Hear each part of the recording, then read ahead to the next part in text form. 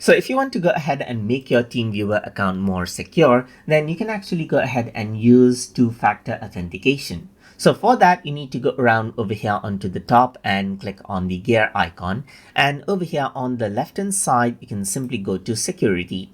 And here you can see that two-factor authentication for connections is an option. So if I were to go around over here, you can see that it says download and install TeamViewer app on mobile device, and open up the app and go to settings and security right here for the two-factor authentication.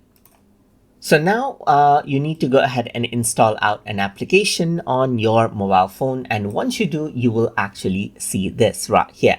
So it says go around over here on the settings. So you need to go around onto your gear icon right here.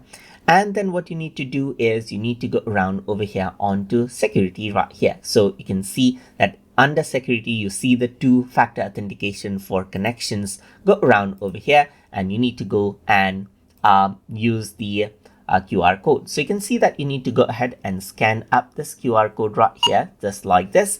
And once you do that, you can see that this is what you have. And then you can see it says changes applied to the device list right here, just like this.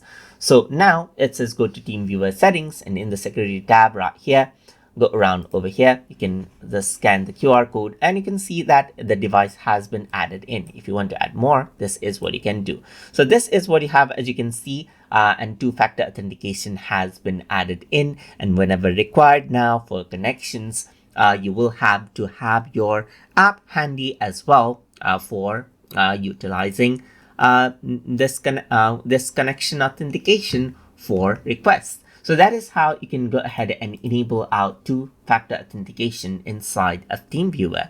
So I hope you guys learned something as always.